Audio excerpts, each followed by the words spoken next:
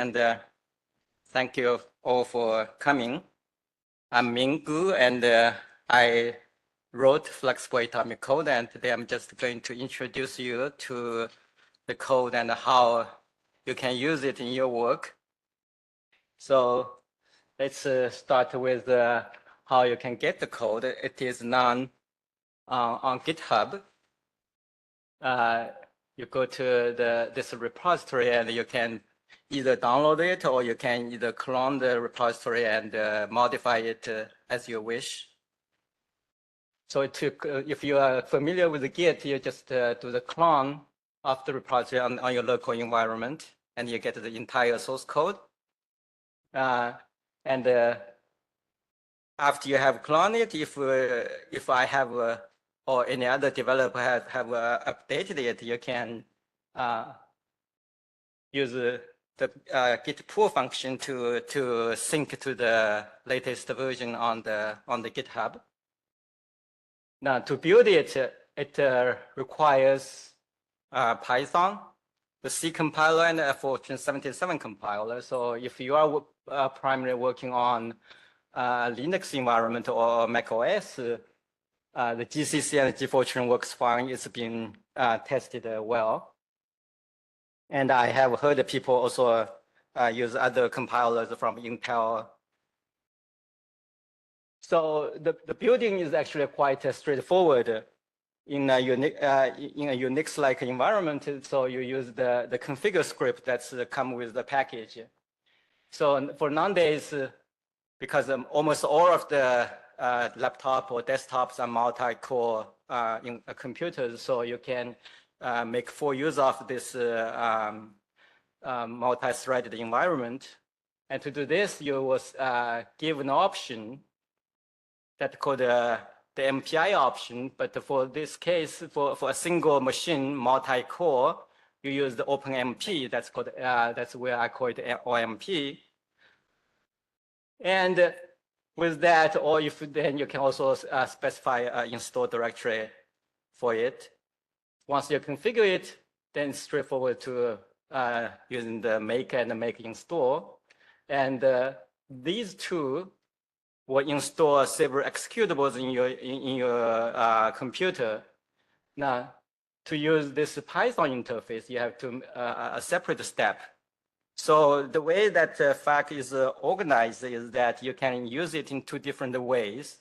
One is you use the just like a standard program and you write the input deck. The other is that it's built as a module in Python. So you can actually program it with the Python. It makes the execution more flexible. So you can kind of do all those different ways of arranging your calculation. So once you make the PFAQ module and install it, it installs into the Python environment. So that takes care of if you have the root access, you have the access to the Python environment, or if you have the Anaconda installed and it's usually in your user path, so you don't have to worry about the system access privileges. In cases that you don't have those environment installed, you can also install the Python module into your user directory, and that's the next step you can do by specifying the install directory. So for the purpose of this tutorial, I have several scripts that you can download from the GitHub as well, and the URL is here. So if you go down into this directory, there are several Python scripts that you can download and run on your local environment. Okay, so let's cover some basics of notations. How do we specify electronic configurations in the program? So mostly you should be familiar with all these terminologies. So we build the configurations from the electronic shells. So you have a non-relativistic shells, 1s, 2s, 2p, 3ds, and so on. And you can specify configurations like that. And if you want to be specific, so for example, sometimes you have dealing with very high Z elements, you can specify relativistic shells, and you basically just append the angular momentum coupling symbol. So, for example, you have P minus or P plus that signify whether it's the J is L minus 1/2 or J is plus 1/2. Now, these are great when you're dealing with states with relatively small angular momentums. Now, in very rare cases, you might want to study orbitals that's with very high angular momentum, and that we run out of alphabets. So there's a way to do this. For example, I have n equals 30 and with L equals 26. So you kind of see the pattern here. The thing in the bracket is basically the orbital angular momentum. So use a normal operation. Usually you just specify configuration with non-relativistic shells, and you just combine them together to specify the electronic configuration. And there's some flexibility built into the code that in many cases you don't want to be so detailed. For example, I just want to include all the n equals 3 electrons. So what you do is use an asterisk. It just tells the code that I want all the n equals 3, no matter what L it is. And to give you more control, sometimes you are dealing with very high n orbitals, and you don't want the distribution of these electrons. For example, 10 electrons to n equals 3 can generate quite an overwhelming amount of configurations. So what you can do is actually to apply some restrictions, and that's separated by this semicolon here. So for this configuration, what it says that I have 10 electrons in n equals 3, but I want to make sure that there are no more than 2 electrons in the 3D. So you can restrict the amount of configurations you can generate from this specification. And then you can even apply multiple restrictions by multiple semicolons, and this is applied by a logical AND. So for example, this one here, it will say that I have 10 electrons in n equals 3, but the 3D shell will have more than 1 electron, but less than 4. Okay, so once you have this, then when you run the fact code, it will generate a list of energy levels, and the energy levels are generally we label them by the angular momentum coupling of the leading component.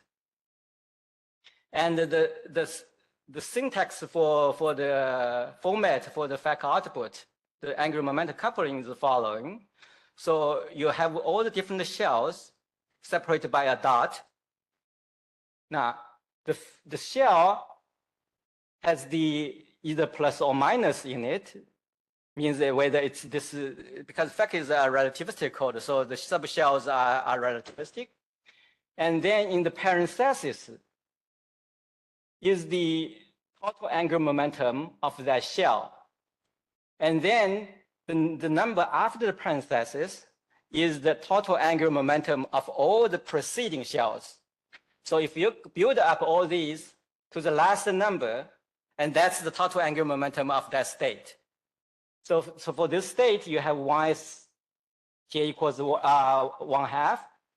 The angular momentum is, I also should mention that all the angular momentums in fact output is twice this number, because I want to use integer everywhere.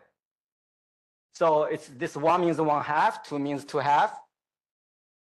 So in the final state, it has n equals, total j equals 3/2. So if you look at the output of the fact energy levels, all the labels are in this format. Okay, so now what can you do with fact?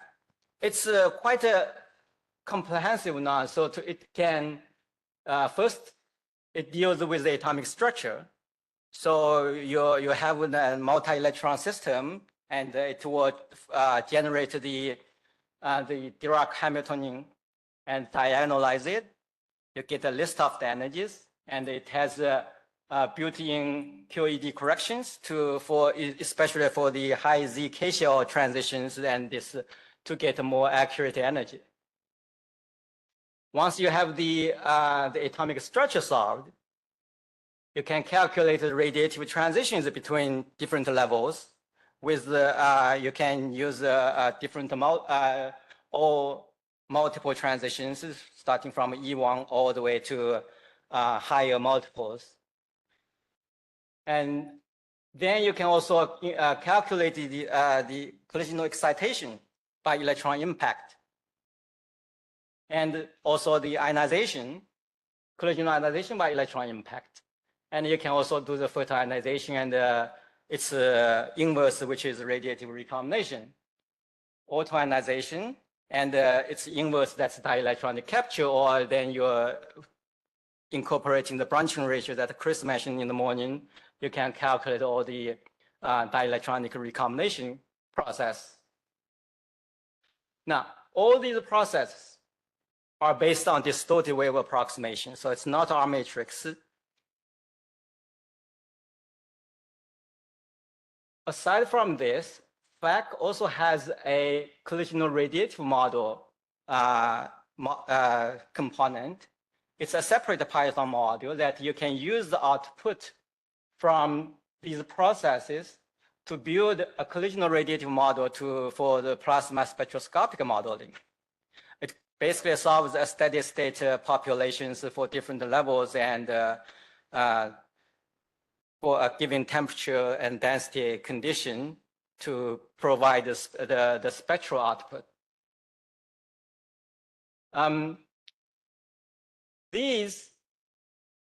Another component with the fact is that you can also calculate the excitation and ionization processes between magnetic sublevels.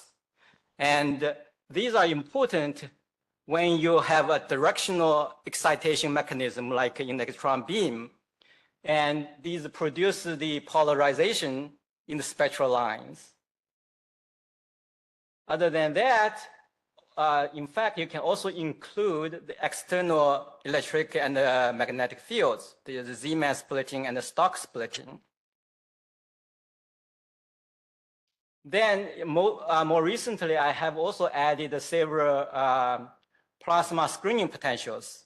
That's when density is very high and the continuum electrons, the free electrons, will screen the isolated atom to produce effects like ionization potential depression and all those plasma spectral line shifts, polarization shifts. So another component, in fact, is that I have this many body perturbation theory module. You can calculate the energy levels more accurately with the MVPT correction. Then there is also quite a rather simple R matrix implementation based on Dirac equation.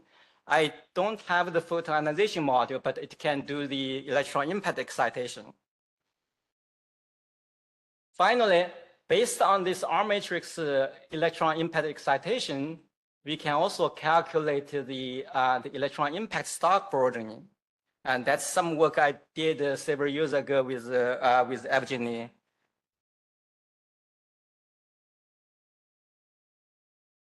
So yeah, so these are basically most of these processes that's implemented, in fact, that you can possibly use. So let's go on to an example. See the general structure of the program, how it looks like. It's quite different from the usual, atomic code. You have the input deck, and you run the program.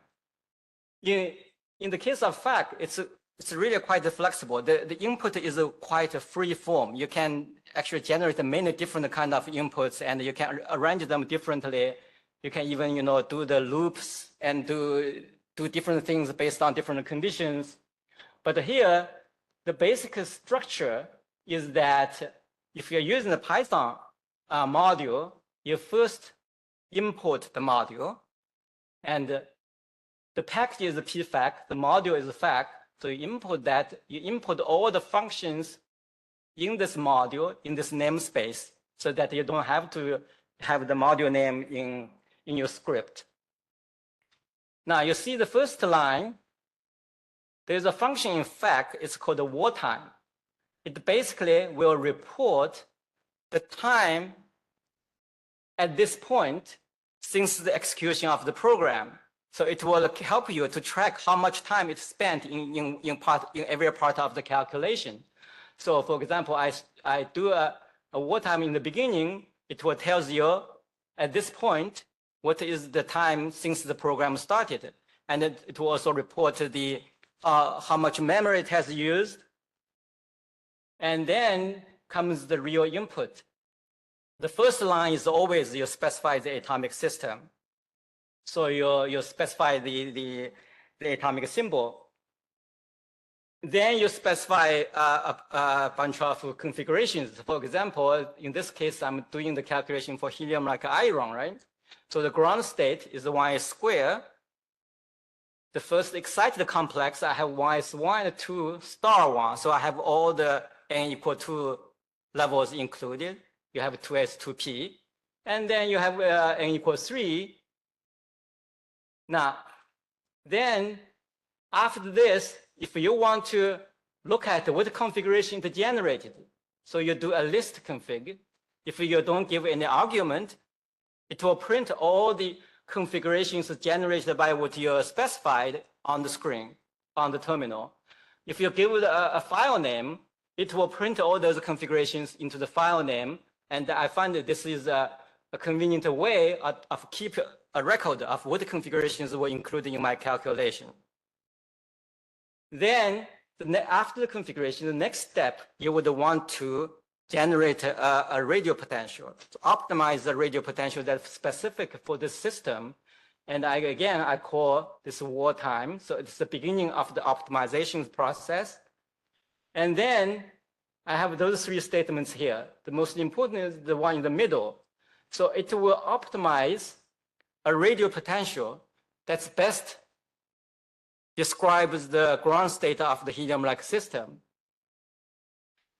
Now you notice that in the before this I have this config energy. After that I have another config energy with different arguments.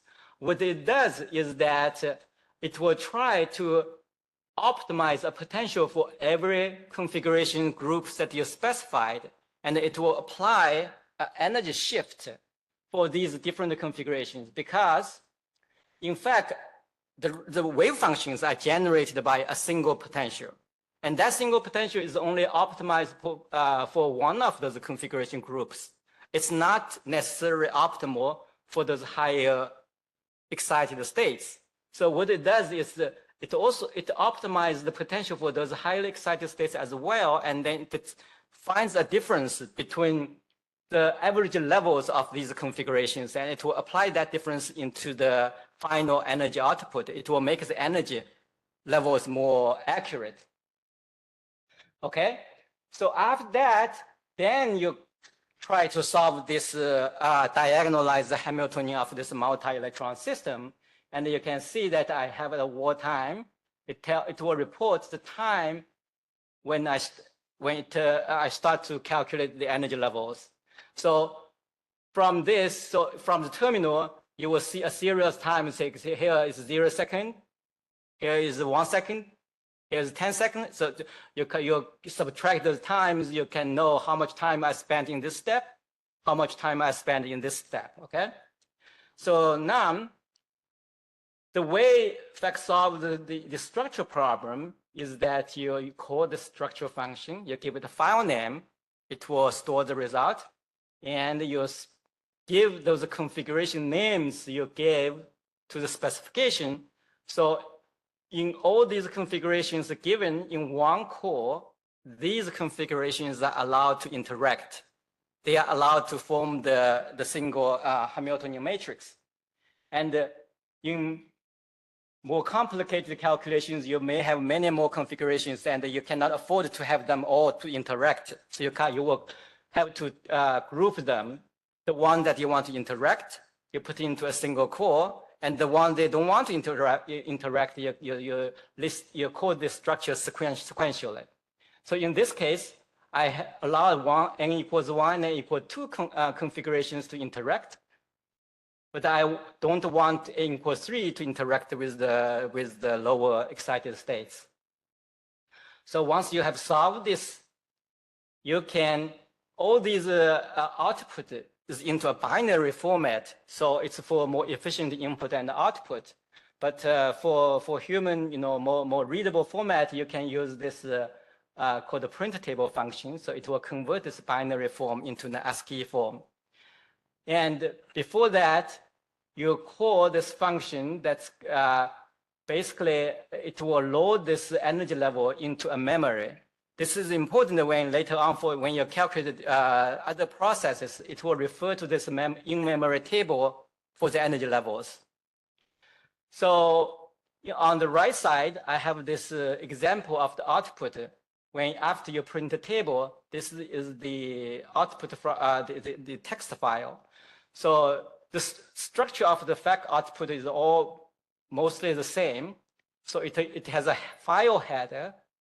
It tells you which version you used to generate this file.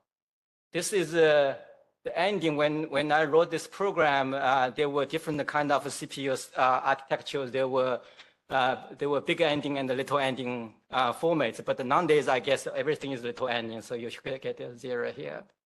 And then it has a number here. That's actually a timestamp when this calculation was done. This time step is actually, I think it's the number of seconds since the epoch of the Unix system at 1972. And then there's this type, that's the type of the output. So for the energy level, type is 1. And you have this with the verbose mode, that's how verbose you want this output to be. I think there's 2 modes, 0 and 1. The 1 means that it's the most human readable. The units are converted to electron volts, the energy. If you don't do the verbose mode is 0, then it's all in atomic unit. So for each of these blocks, level blocks corresponding to one structure core. So the levels in one block, there are interacting components. And for each of the block, you have this block header, tells you the number of electrons for the levels in the block and how many levels there are. The first column gives you the index of the level. This second column is mostly used for when you do those dielectronic recombination calculation. It's basically the level index of the core. But in most cases, if this will be -1, it's undetermined. And then the column comes, that's the energy of the levels in electron volts. And you can see this is already relative to the ground state. The absolute energy of the ground state is given in the energy header. And this header tells you which level is the ground state, because it's not necessarily 0. It could be, the ground state could come later in the file. And that is actual energy of the ground state. Then this column tells you the parity of the level. 0 is even, 1 is odd. And this column tells you what is the valence electron. The principal quantum number and the orbital quantum number of the valence electron. So it's basically the last 2 digits are the orbital angular momentum, and the higher digits are the principal quantum number. And this column here, labeled 2J, that's twice the total angular momentum of the level.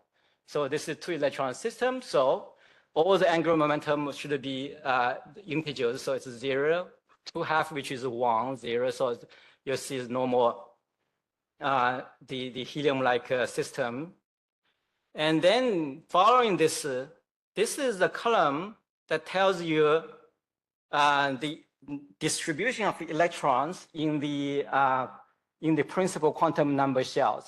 So you have 1 electron in the n equals 1, 1 electron in n equals 2. And then you have a more detailed level that's a non-relativistic distribution. So for example, this one level is 1 electron in 1s and 1 electron in 2s. And finally, that's the most detailed level table, state label that I mentioned in the first slide. You have all the shell structure and the angular momentum coupling. Okay. Now, so that's energy level. Once you've done that, then you want to do something with the energy levels, right? So this is this TR table. That's what we use to calculate the radiative transition. It's called transition rates. And you give, again, a file name, and you give a lower level configuration and upper level configuration. So then it will calculate all the radiative transitions connecting those two configurations. And if you don't give the fourth argument is supposed to be the multiple type. If you don't give a multiple type, the faculty will actually try to include all the multiples and sum them up until you converge to the correct to the final result. So it will be the sum of all possible multiples. And again, finally, you print this binary table into the text format.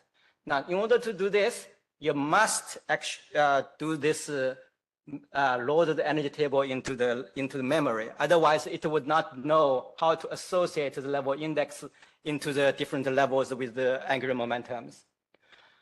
So the example on the right, that's the output of the transition table. That's this text table. So you can see this header is the same, with the exception that the type is 2.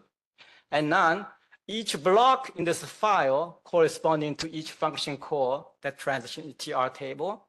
And for example, this block corresponds to transitions between n equal 1 and n equal 2 levels.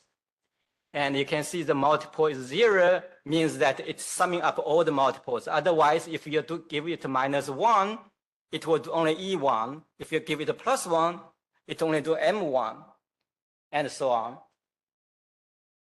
So in this case, so you have the upper level index, the 2j of the upper level, lower level index, the 2j of the lower level. In this case, lower level is the ground state, so it's 0. And then the transition energy in electron volts. And that is the GF value. That's the weighted oscillator strength of the transition. And then there is the Einstein coefficient, transition rates. And the final column actually gives you the radial matrix, the multiple matrix. It has assigned the matrix in there when you do a single multiple calculation. But if you don't do a single multiple, then you cannot get actual matrix element. This is actually assuming that it's basically converted from the GF value, assuming that the multiple is E1 type.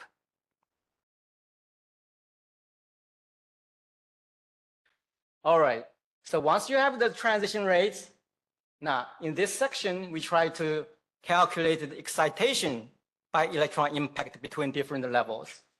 So again, you get you give a file name that stores the result, and you give the configurations of two connecting connecting configurations. Once you've done this, you also convert it into text form. Again, this example of the output, you have the file header, the excitation type is 3, and now you have a header, the block, each of these blocks is corresponding to one of those CE table calls. So each block will have this block header. It tells you the number of electrons, how many transitions are there in this, and these parameters here, when I originally wrote it, there are some more flexibilities, but now I believe that these are not really changed. The only thing is this M sub is that because this CE table has a variant that you can do the magnetic sublevel calculations. Then you have this M sub is 1, but it will use a different function name. Now, what's important here is that this block here, this is the mesh, the grid of the energy for the electron after the scattering. Because it's a distorted wave calculation, I found that it's more convenient to calculate the collisional cross sections on when the electron after the excitation has the same energy. So by default, all the cross sections, collisional excitation cross sections, are tabulated at the energies of the outgoing electron that's giving this header. So each of these blocks here is one transition. So they have the lower level index, the 2J of the lower level, the upper level index, 2J of the upper level, and then you have this transition energy, the threshold energy. And the components, the last number here is always 1 when you do CE table. When you do the magnetic sublevel tables, then this last number will be more than 1. That tells you how many components there are between the magnetic sublevels. And in this collisional excitation output, the first row is special. It tells you actually what kind of transition it is. So let's look at this one, for example.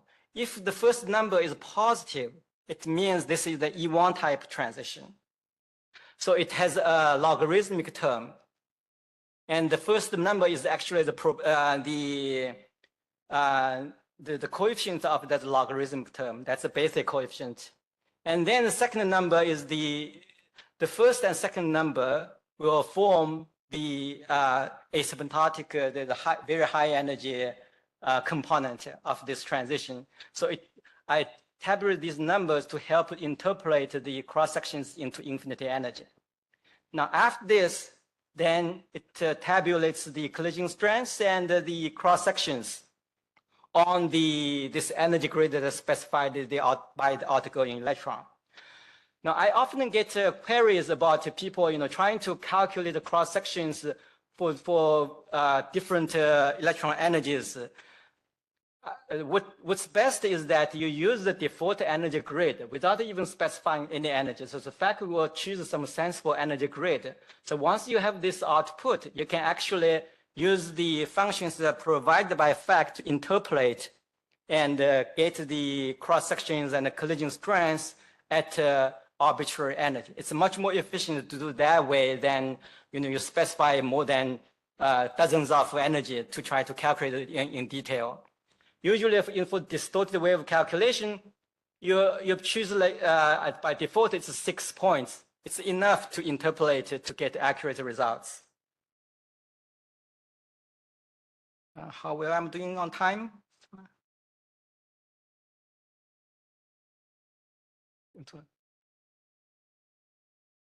Okay, so that's all the things that's in my first example. And all those inputs are in the script that in the website that I mentioned.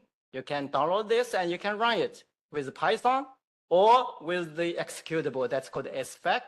And in fact, the same script can be fed into this program because SFAC was written to interpret the Python instructions as long as your script does not involve any programming constructs. If it's only those simple statements, it can be fed back into SFAC directly. So when you run this, you have these outputs that I mentioned. You have the configuration list, you have the binary energy levels, and the text file, the binary transition, and the text, and so on. Now, then there are several functions in fact that you can manipulate the binary file directly. So for example, you are doing very complicated calculation. The files can run, very large, the gigabytes. And if you try to convert it into text file, it doesn't really help you to find what you want in those multi-gigabytes files.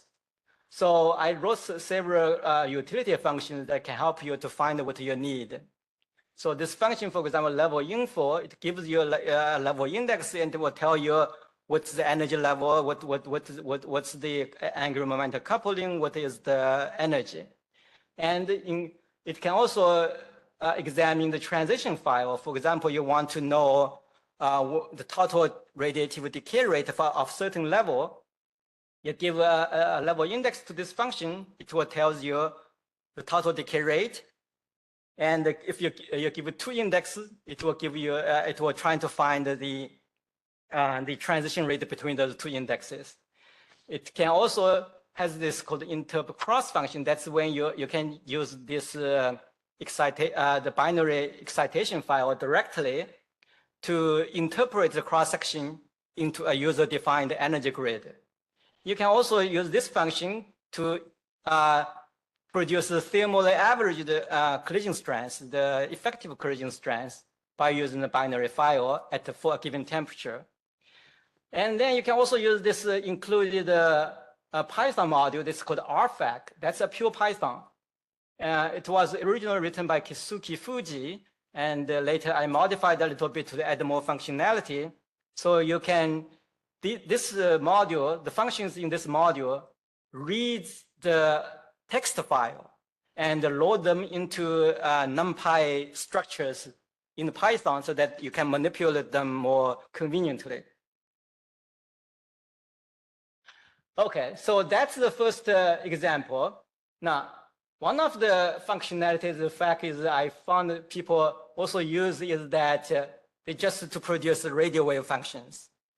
And to do that, you don't actually do the structure core. So after the potential generation, you can call this called the wave function table. It can generate the single electron wave functions, the relativistic wave functions.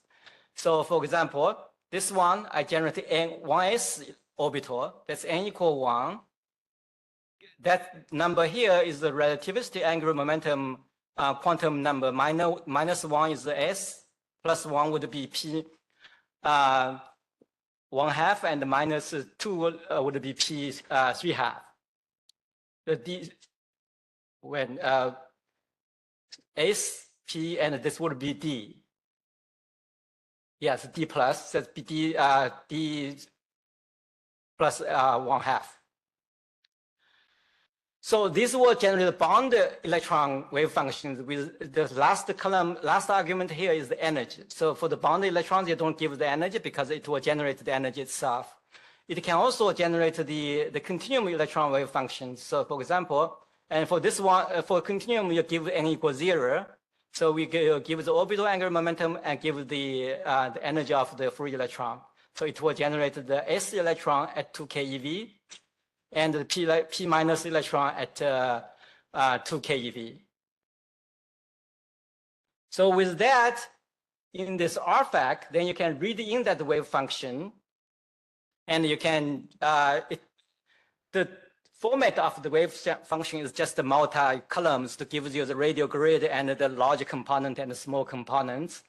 Then you can feed those wave functions into different programs that requires those radio wave function.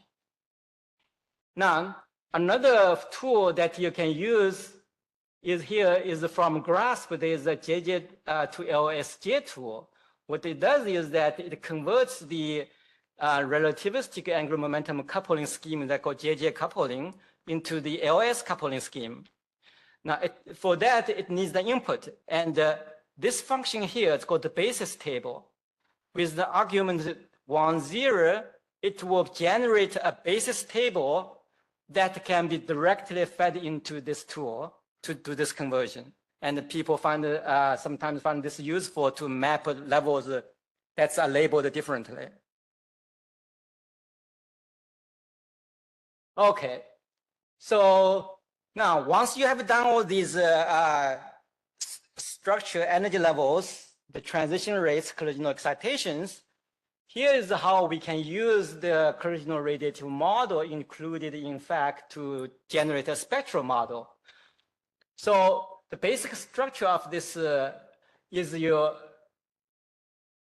add an ion So here I'm using the output generated from the example that I just showed you. So that was the helium-like system. So this is number of electron, that's 2, and give the file name prefix that I used. So it will try to find the levels with the extension .en. It has it assumes a standard extension. So the energy levels with .en, and then it will read those energy levels into the program. Now, the module I wrote, it used a kind of block matrix formalism so that it can handle a large number of levels. I am able to run this collisional radiative model with more than like 1 million levels once you group them into different blocks so that you can solve the linear equation more efficiently.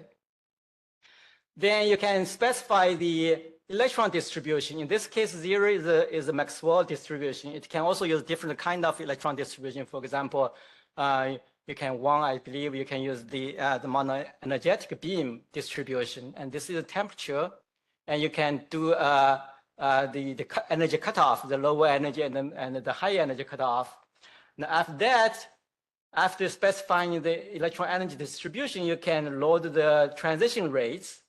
And it finds the file with this same file name base with the extension .tr, and it will also load the collisional excitation rates. And you see the argument here signifies whether you do include also the inverse process. For radiative transition, inverse process would be photoexcitation because I don't have the radiation field, so I don't include this inverse. For the collisional excitation, you want to include the excitation, so that's why it's 1. So it has both excitation and the de-excitation included. Now after that, you set the normalization of the ions, so that's the abundance. So this is number of electrons, so it has normalized to 1. And then you specify the electron density. That's in units of 10 to the 10, 1 per centimeter cubed. Then after that, you initialize these blocks that I mentioned for the blocks matrix solver, and then you follow this by solving the level population.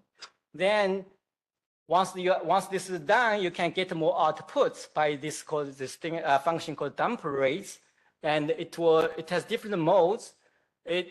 For 0, for example, it dumps all the energy levels, and 1, it will dump all the transition rates, and 3 dumps into all the collisional excitation rates, and 2, I think it's the 2 photon rates. Now, the 2 photon transitions are not explicitly calculated with the fact, but in the collisional radiative model, it has a simple analytic formula to include some of those important 2 photon transitions in hydrogen-like and helium-like systems. So once the level population is solved, you can save the spectral intensities into this file, and then you can print this into as a text file. You can also use this function called select lines to better format those lines into a conveniently readable format. For example, in this case, I select lines for all the helium-like system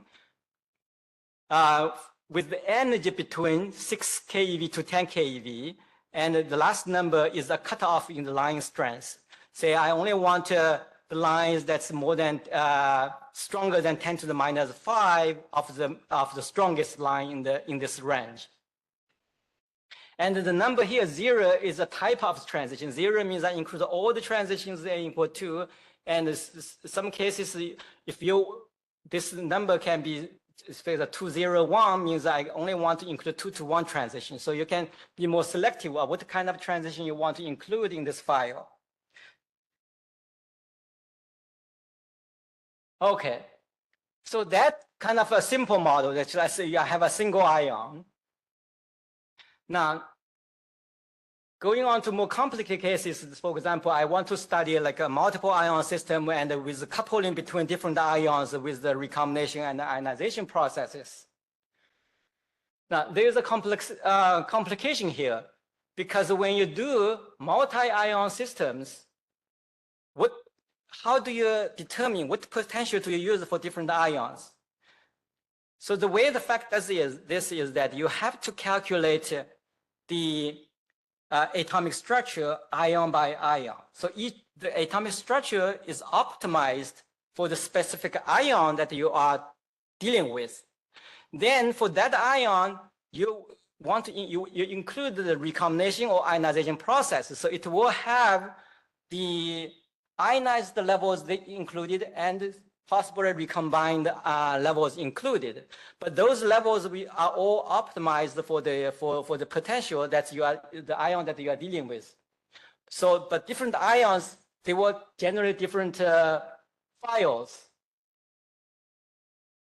And that when you're trying to connecting, the ions of different ionization degrees, you have a choice of either optimizing the potential of, say, the helium-like or hydrogen-like or lithium-like and the helium-like.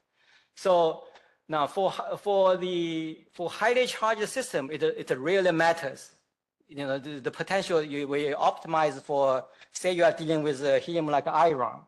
Whether you optimize the potential for 2-electron system or 3-electron system matters very little. When you do configuration interaction, you get almost the same energy levels. So now once you generated the output for different ions, then you have to have a way of combining the energy levels from different files into a single structure. So you have to map the levels in different files into a single format, basically, so that you can do the matrix linear equation solver for those multi-ion levels. So here's an example. For example, this example is the example 4.pi. If you go to this program, so now you kind of see how you can construct your input using Python in the same script to generate different atomic data. So for example, here, those two will get the input from the command line, the atomic number. So it's 20, give it 26. You run it with the atomic number 26 and the number of electrons that's converted into K. Now, then I introduce a new function here. That's where the multi-threaded calculation comes in. So if you compile the program with the OpenMP support, you can specify the number of threads to use in the calculation. It can speed up your calculation quite significantly. So you take the atomic number and the electrons. You find the atomic symbol using this variable that's predefined in fact, and you set the atom using this atomic symbol. And then I construct the file names based on the atomic number and the number of electrons. Then I define the configurations differently based on what is ionic system I'm dealing with. For hydrogen-like, I define the ground state, 1 is 1. For helium-like, I define 1 is square. And for lithium-like, I define the 1 square with 1 electron in n equal 2. And for each of these electrons, I have these, for example, helium-like, I have these doubly excited states included. So that's have 2 electrons in n equal 2. And it also has the ionized electron included. That's basically the same ground configuration of hydrogen-like system. But in this, when your K equal 2, it calculates the energy levels based on the potential I calculated for this for this helium-like system. So you run this script 3 times with the last number 1, 2, and 3. So it generates 3 sets of data: 1 for hydrogen-like system, 1 for helium-like system, and 1 for lithium-like system. But you have the link between different ion systems because of the ionized ion that has the same configuration. For example, so when you include the lithium-like ion, I have the first ionized configuration, that's the ground configuration of helium-like, and another ionized configuration, that's the excite the configuration of the helium-like. And that link provides the linkage between different ions. So for each of these choices, you calculate the atomic structure, you calculate the transition table, you calculate the excitation, and because you have multiple ions, so you can calculate the collisional ionization, you can calculate the radiative recombination cross-section or the photoionization cross-sections, and for the double excited states, you calculate the autoionization rates. And all these transition rates connects for the bond-to-bond process, it connects levels in the single ion. For the bond-free processes, the RCI and AI, they connect the levels between different number of electrons. And that linkage, when the collisional radiative model reads in those files, it will find the correct mapping of these levels, these helium-like levels to the calculation that they are done with for the helium-like system. So to use this in the collisional radiative model, for example, now this is example 5, and you also give the atomic number and the number of electrons for the main system that you try to calculate spectrum for, and then you specify the electron temperature and the electron density. And now last two numbers, you give the population of the two neighboring ions. So I'm dealing with a helium-like system. So the first one, it converts this number called AI. It's the population of the ionized ion, that's a hydrogen-like system, and the population of the recombined system, that's a lithium-like system. So the matrix solver, in fact, actually, it normalizes the different ions separately with the input you give, because the collisional radiative model, in fact, does not actually do the full ionization balance, because to do that, you need a lot more transitions to converge all the radiative and ionization processes. In some cases, in most cases, what I want to study for example, the spectral lines of helium-like line system, and I want to study it with for different ionization balances. So you can specify the ionization balance, and it will normalize it accordingly to produce the spectral output without the self-consistent ionization balance with the specified ionization balance. So again, when you do the script, I construct file names based on your input of atomic number of electrons. And here you can see, because I'm dealing with the multiple ions, I do the add ion 3 times. So this is the second one, that's the K equals 2. K comes from the input. So that's the helium-like system, and you add the ion for the hydrogen system, like system, and the K plus 1 would be the lithium-like system. And you have the file base, the file prefix of those 2 different ions, 3 different ions. I construct this with the input of the atomic number and the number of electrons that you calculated with the previous script. And these functions will find the correct file, load the level, map the level, and they can map the level that's corresponding to the same level in different files. And then the rest of them will be the same as the single ion case. You have your electron energy distribution, and you load all the transition rates, collisional excitation, and here you have also collisional ionization, radiative recombination, and autoionization.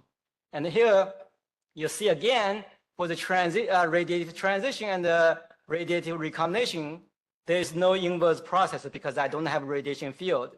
And for the collisional process, it has all the inverse processes included. And then you set the normalization of the different ions here. So the helium-like with normalization 1, and the ionized and the recombined system are relative to helium-like. And then again, you have those template rates, and you can print the spectral input into a text file, or then you can also select lines. Now here you can see that I'm calling this 3 times. So first, it selects all the hydrogen-like lines, 201, the 2 to 1 transitions, with the energy between 0 and 100 keV, and I don't have the line strength cut off. And then second line, I select the helium-like system with 2 to 1 transition in the same energy range.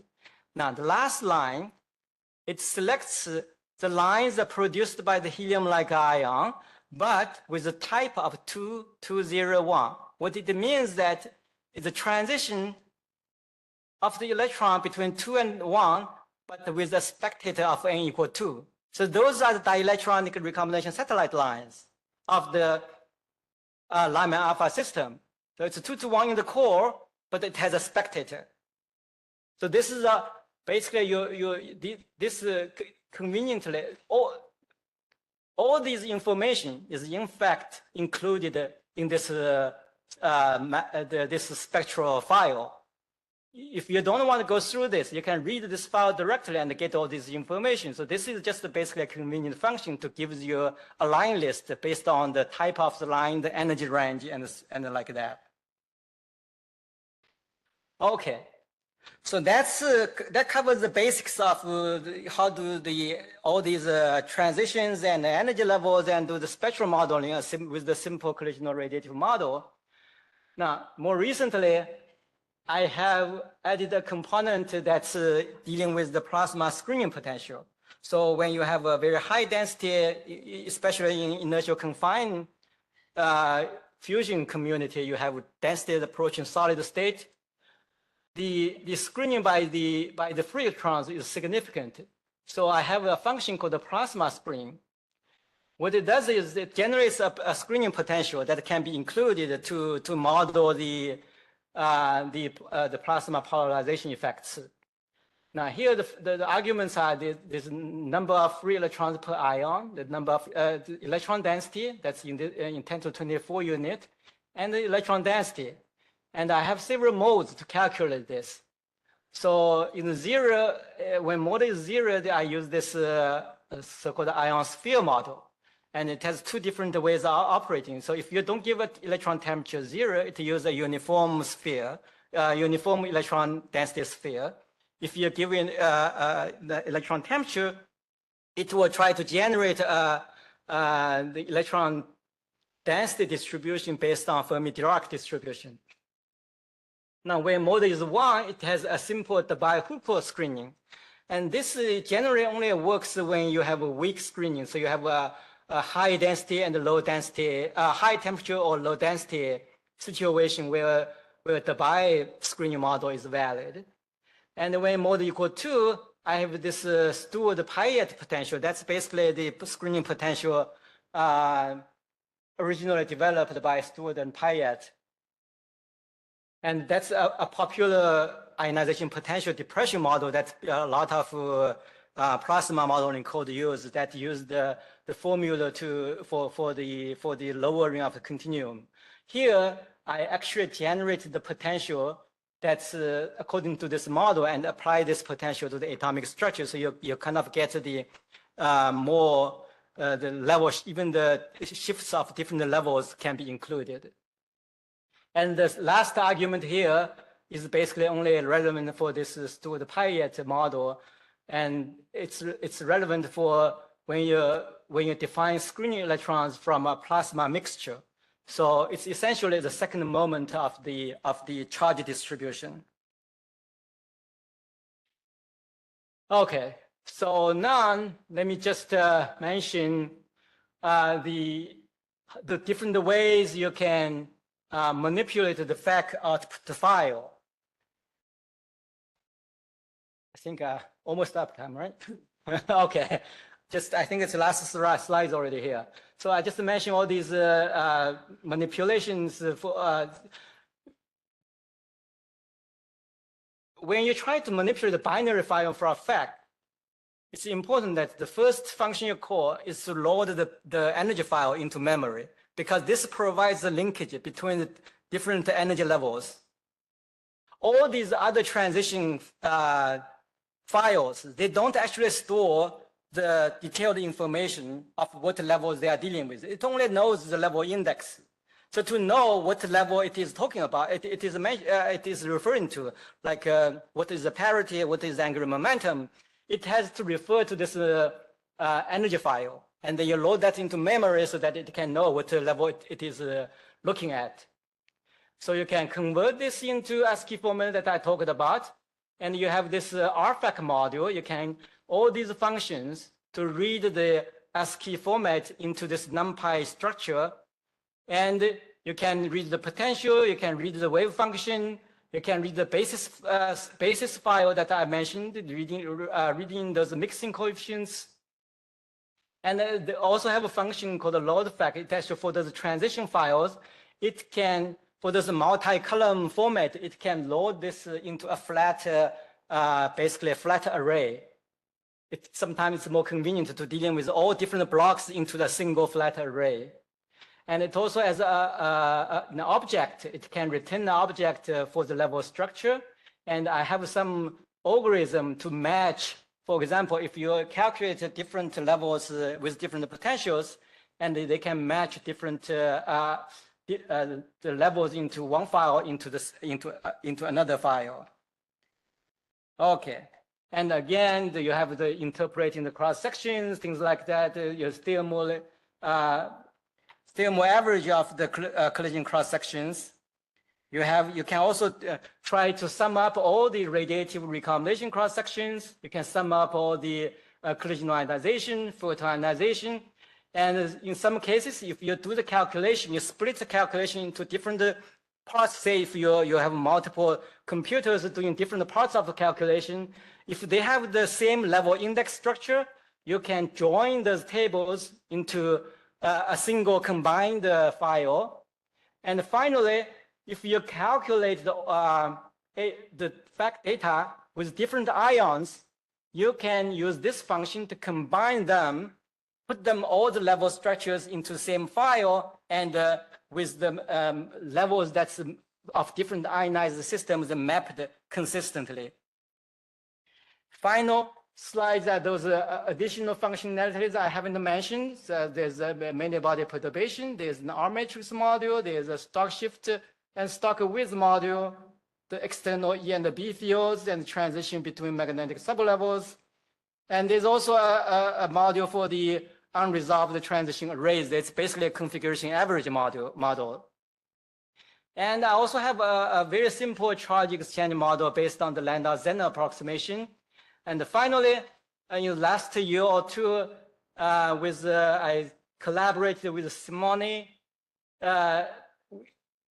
to calculate the atomic structure for leptons that's other than electrons. For example, you have a muon. And finally, I also have an average atom model, like it's essentially a single particle DFT kind of approach to the plasma screening. So this will be my last slide. Yes.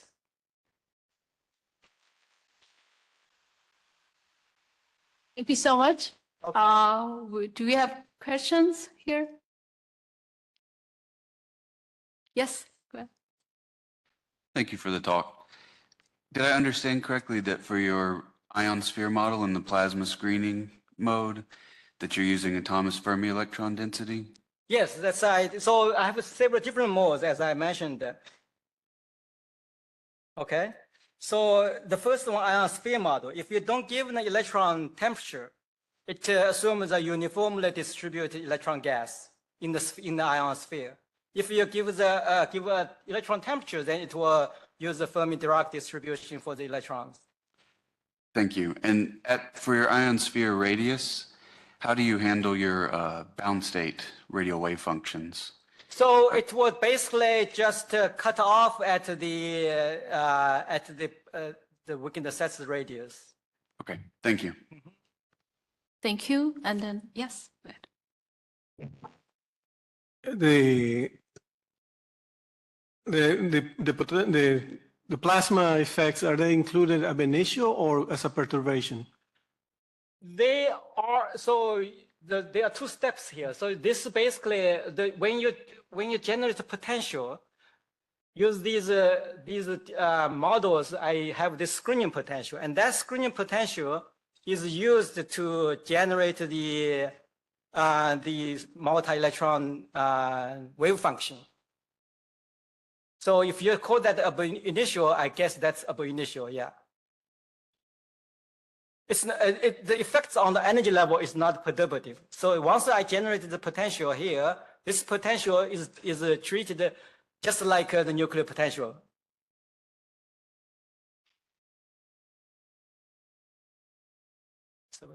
Okay. Yep. Okay. First, thank you very much for this wonderful tutorial. I have a question that could really be directed to any of our tutorial speakers today, in that I understand it is very common when you compare these computational methods to actual experimental spectroscopy measurements. You can get the intensities pretty well, but the energy levels and thus the wavelengths can be slightly but noticeably off. Is that predominantly like user error, or is there something that can be done within the theory to make that a lot tighter? You see, the experiments does a much better job than theorists to produce, the accurate energy levels. So in the usual configuration interaction mode, you can only get to the energy levels to usually like 1 or 2 eV, a couple eV for these multi-electron systems. That's for the helium-like system, hydrogen system, of course, we know the energy level much better. Mm-hmm. But when you have more than 2 electrons, it's very difficult to get to even sub-eV level. So that's why I actually have a many-body perturbation theory that can increase the accuracy of energy by about an order of magnitude to about a fraction of electron volts. Now, to go beyond that, I guess you will have, for some special systems, people do, coupled cluster calculation. It's possible to get to milli-eV level, but it's very difficult to go beyond the milli-eV. And I know many of experiments involving laser spectroscopy, they can go way beyond the milli-eV. So I don't think theorists can match that at this moment. Okay, thank you. Thank you. And then do we have another? Yes. Thanks for the tutorial. My question about the muonic atom. In this case, the projectiles are also muons or electrons? Well, for the muonic system, it's basically just the atomic structure. There's no collision process involved now. Just trying to solve the level structure with the muon that's captured by the nucleus. Okay. And another more technical question. As a reviewer, I often get manuscripts that use FAC to calculate atomic data. And my question always is, which version specifically of FAC? Yeah. And the answer is 1.15 lately. So 1.15 has never been officially released. 1.14 is from 2016. Right. So the question, are you going to officially release 1.15? Sure, yeah. I think once I have been continuously working on 1.15 for quite many years now. So I think you're right. I should release the final version of it once I think it's very stable, and should make it official so that I can actually move on to the next version. Maybe all the different different features maybe will be going to different next version, so that people can know which version they are talking about. Yeah. Okay, thank you. Mm-hmm. Okay, if there's no more questions, then thanks to him. Okay, thank you very much.